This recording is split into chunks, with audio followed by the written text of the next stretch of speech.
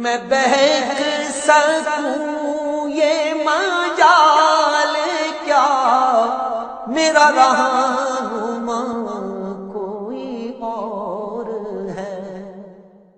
نحمدہ ونصلی علی رسولہ النبی الکریم الامین، اما بعد فاعوذ باللہ السمیع العلیم من الشیطان الرجیم، بسم اللہ الرحمن الرحیم۔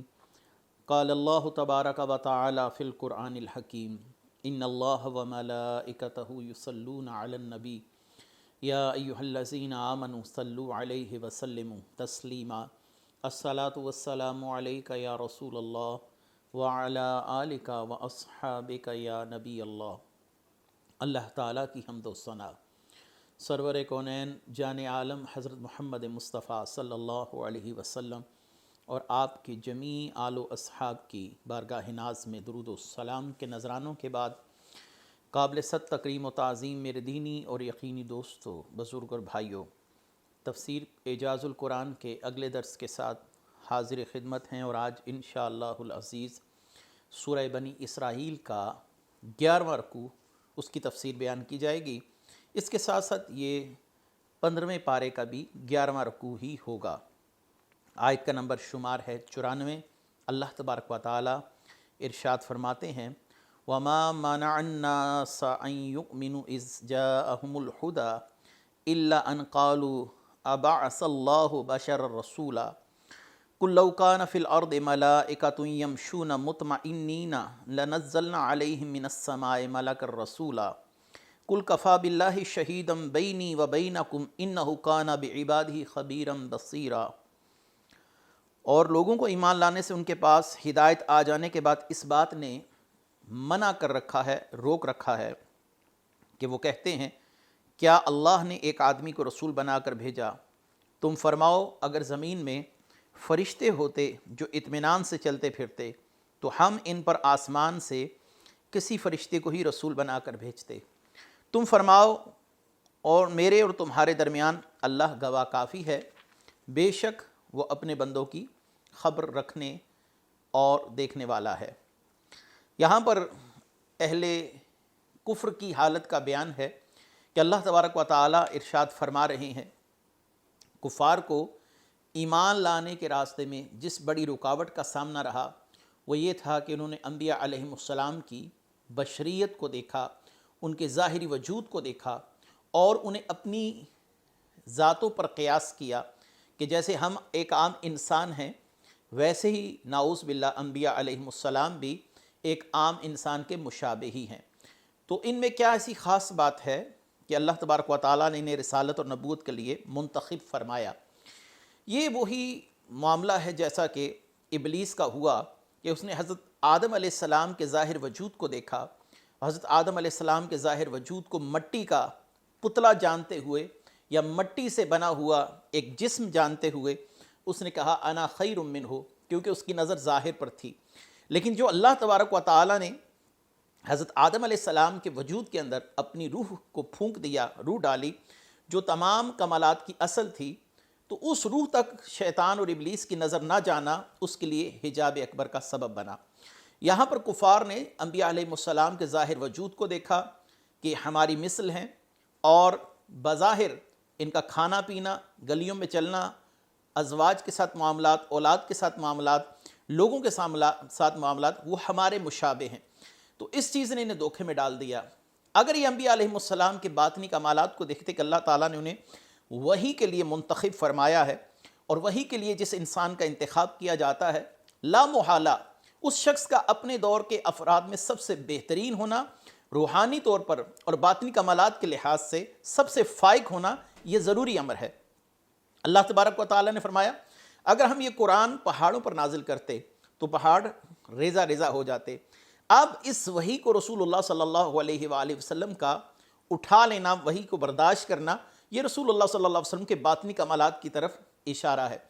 تو کفار نے انبیاء علیہ السلام کے ظاہر وجود کو دیکھا تو دھوکہ کھا گئے، اور اگر وہ انبیاء علیہ السلام کے ان باطنی کمالات کی طرف دیکھتے، مثلاً ایک مثال ہے کہ انبیاء علیہ السلام بھی ہماری طرح ہاتھ رکھتے ہیں، لیکن وہ چاند اپنے سینے کو شک کر دیتا ہے، اگر نبی کا ہاتھ اس چاند کی طرف بلند ہو جائے تو چاند جو ہے اس کی مجال نہیں کہ نبی کے ہاتھ کی تاب برداشت کر سکے۔ رسول اللہ صلی اللہ علیہ وآلہ وسلم بھی بظاہر ہماری طرح ہی آنکھیں رکھتے تھے، لیکن ان آنکھوں کی حقیقت کیا ہے کہ مکے میں کھڑے ہو کر، مدینے میں کھڑے ہو کر جنت اور جہنم کا معائنہ کر رہے ہیں۔ نبی کریم صلی اللہ علیہ وسلم کی جسم اقدس سے بھی پسینہ آتا ہے، عام انسان کے جسم سے بھی پسینے کا بہاؤ والا معاملہ ہے، پسینہ نکلتا ہے، لیکن رسول اللہ صلی اللہ علیہ وسلم کا پسینہ مبارک کستوری سے زیادہ خوشبودار ہے۔ یہ وہ باطنی کمالات تھے جو انبیاء علیہ السلام کو اللہ تعالیٰ نے ودیت فرمائے، اور سب سے بڑھ کر یہ کہ ان کو وحی کے نزول کے لیے منتخب فرمایا، یہی ان کا سب سے بڑا کمال ہے، اور اس کا مطلب یہ ہے کہ وہ عام انسانوں جیسے نہیں ہوتے۔ رسول اللہ صلی اللہ علیہ وآلہ وسلم نے اسی لیے فرمایا ایکم مثلی، کہ میں تم جیسا نہیں ہوں، نہ ہی تم مجھ جیسے ہو۔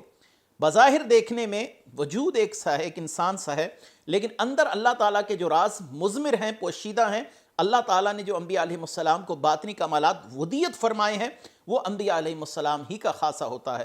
تو ان کی بظاہر بشریت کو دیکھ کر انبیاء علیہ السلام کی یہ کفار دھوکہ کھا گئے، اور کیا کہنے لگے؟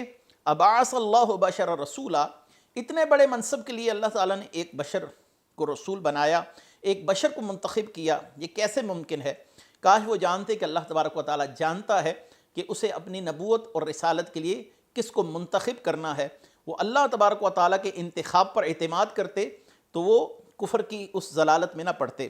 اللہ نے فرمایا قُلْ لَوْ كَانَ فِي الْأَرْضِ مَلَائِكَةٌ يَمْشُونَ مُطْمَئِنِّينَ لَنَزَّلْنَا عَلَيْهِم مِّنَ السَّمَاءِ مَلَكًا رَسُولًا، اور اگر زمین پر فرشتے آباد ہوتے جو اطمینان سے چلتے پھرتے تو ہم ان کی طرف فرشتوں میں سے ہی کسی کو رسول بنا کر بھیجتے۔ یعنی تم انسان ہو تو تمہاری طرف جس شخص کو مبعوث کیا جائے گا وہ انسان ہی ہوگا، کیونکہ فرشتے کے ساتھ تمہاری روحانی مطابقت کا ہونا یہ ممکنات میں سے نہیں ہے۔ فرشتوں کو تم دیکھ نہیں سکتے، وہ لطیف اجسام ہیں، اگر فرشتہ آتا تو اپنی جنس کی طرف ہی آتا، لیکن انبیاء علیہ السلام کو انسانوں کی طرف مبعوث کیا گیا۔ یاد رکھیے یہ اہل سنت پر بہت بڑا الزام ہے، اور اس کو کیا جھوٹا الزام کہا جا سکتا ہے کہ انبیاء علیہ السلام کو ہم بشر تسلیم نہیں کرتے۔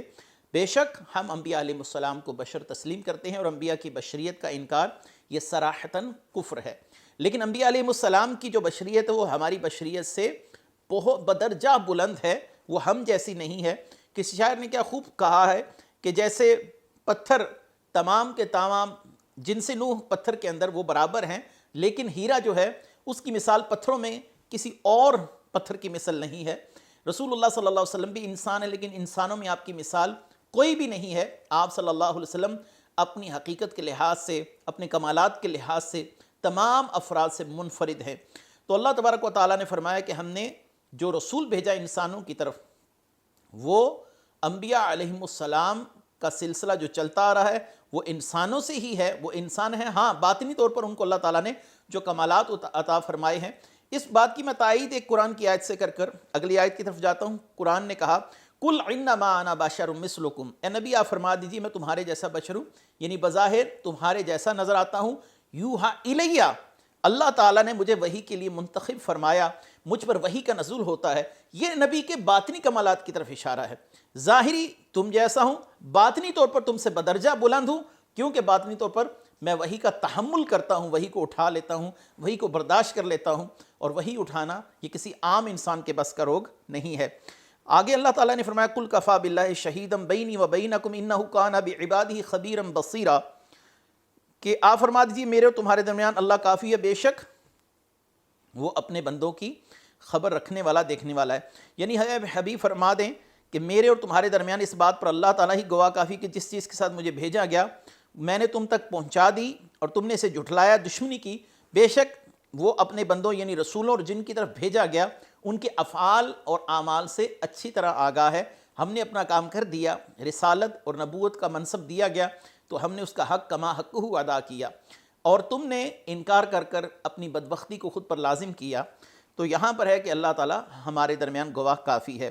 وَمَن يَهْدِ اللَّهُ فَهُوَ الْمُهْتَدِي وَمَن يُضْلِلْ فَلَن تَجِدَ لَهُمْ أَوْلِيَاءَ مِن دُونِهِ وَنَحْشُرُهُمْ يَوْمَ الْقِيَامَةِ عَلَى وُجُوهِهِمْ عُمْيًا وَبُكْمًا وَصُمًّا مَأْوَاهُمْ جَهَنَّمُ كُلَّمَا خَبَّتْ زِدْنَاهُمْ سَعِيرًا ذالک جزاؤہم بانہم کفروا بآیاتنا وقالوا اذا كنا عظاما ورفاتا انا لمبعوثون خلقا جدیدا۔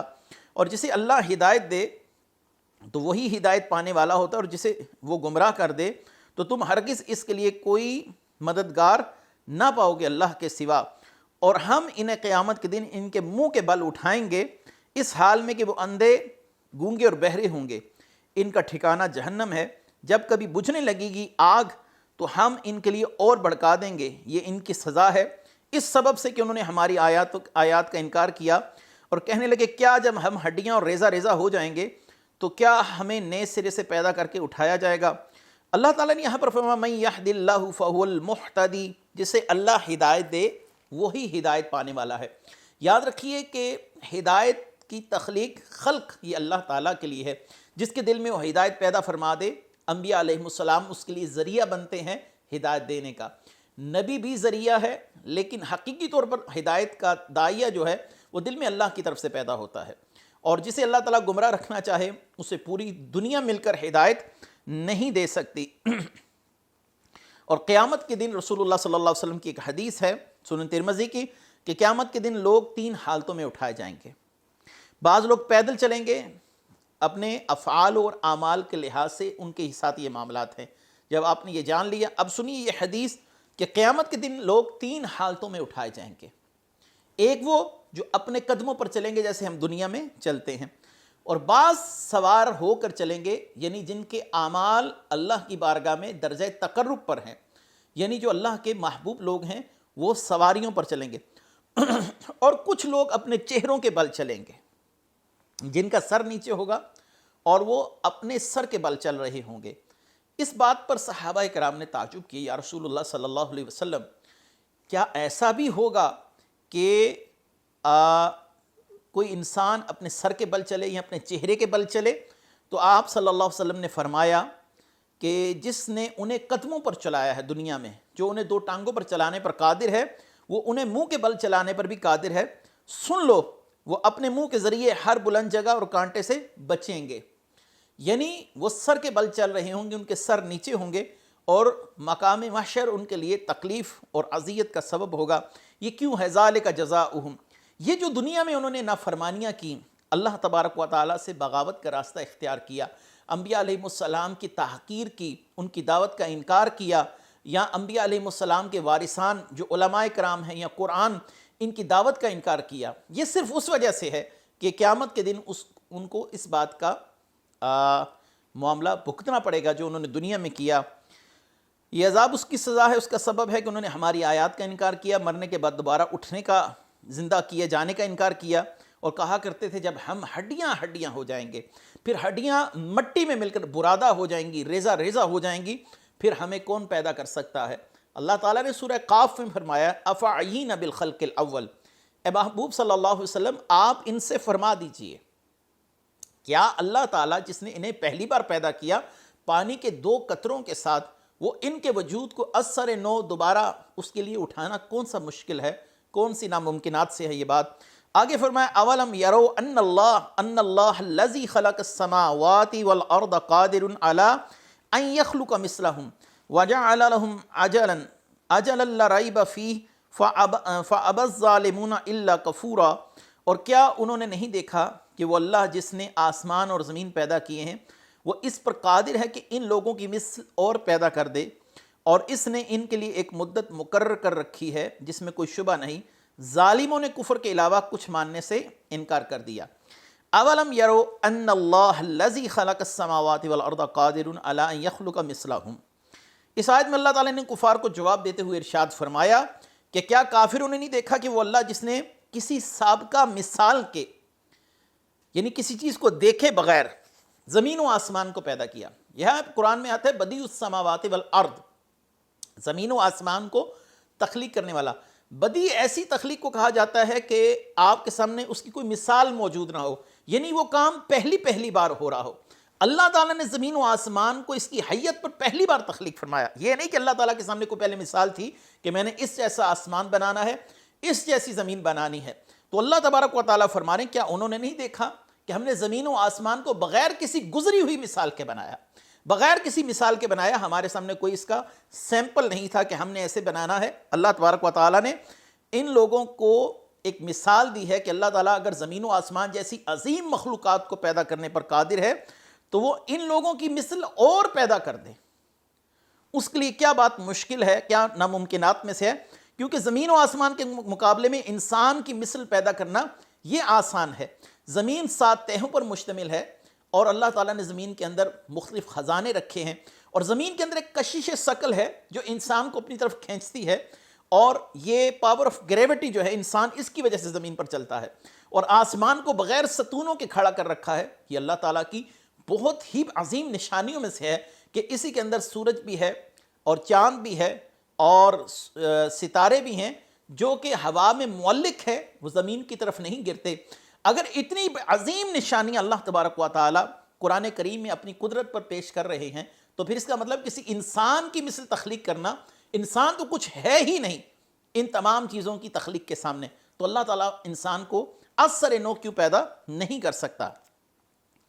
پھر اللہ تبارک و تعالیٰ نے فرمایا کہ ان کے مرنے, ان کے دوبارہ زندہ کیے جانے اور عذاب کے ہر معاملے کا معاملہ اللہ تعالیٰ نے مقرر کر رکھا ہے جس میں کوئی شبہ نہیں. جب ان کے سامنے اللہ تعالیٰ کی وحدانیت کو ماننے کا کہا جائے تو صرف اسی کی عبادت کرنے اور قیامت کے دن جزا کے لیے دوبارہ زندہ کیے جانے کی بات رکھ دی جائے تو یہ تمام باتوں کا انکار کرتے ہیں. صرف ایک بات کو قبول کرتے ہیں, وہ ہے کہ ہم نے اللہ رسول کو نہیں ماننا. بس اللہ رسول کی نافرمانی کو یہ 1 منٹ میں تسلیم کر لیتے ہیں, صرف کفر کو اختیار کرتے ہیں کہ رسول اللہ صلی اللہ علیہ وسلم جو دلائل و براہین دے رہے ہیں, جو عقلی اور نقلی دلائل پیش کیے جا رہے ہیں, یہ ان کو قبول نہیں کرتے, صرف کفر اور بدبختی کو منتخب کرتے ہیں اپنے لیے.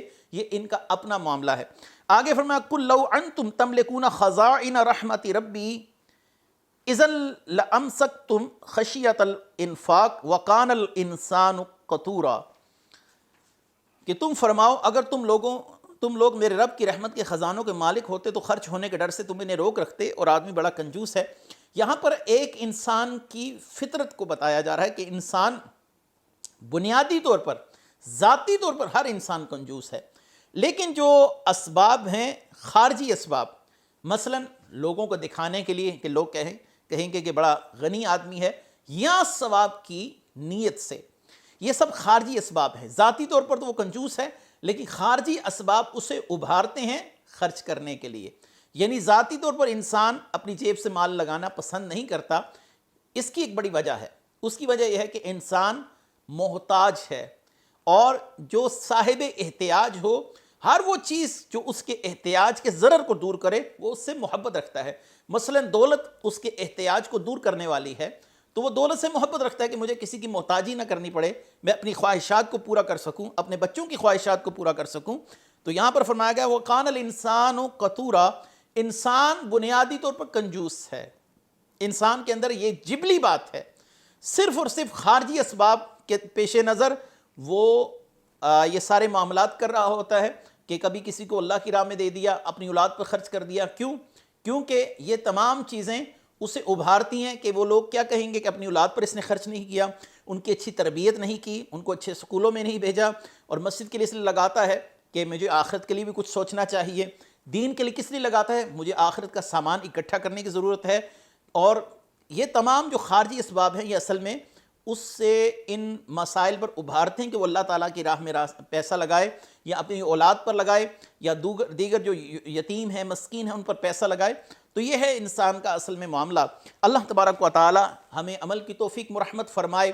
وآخر دعوانا ان الحمد للہ رب العالمین.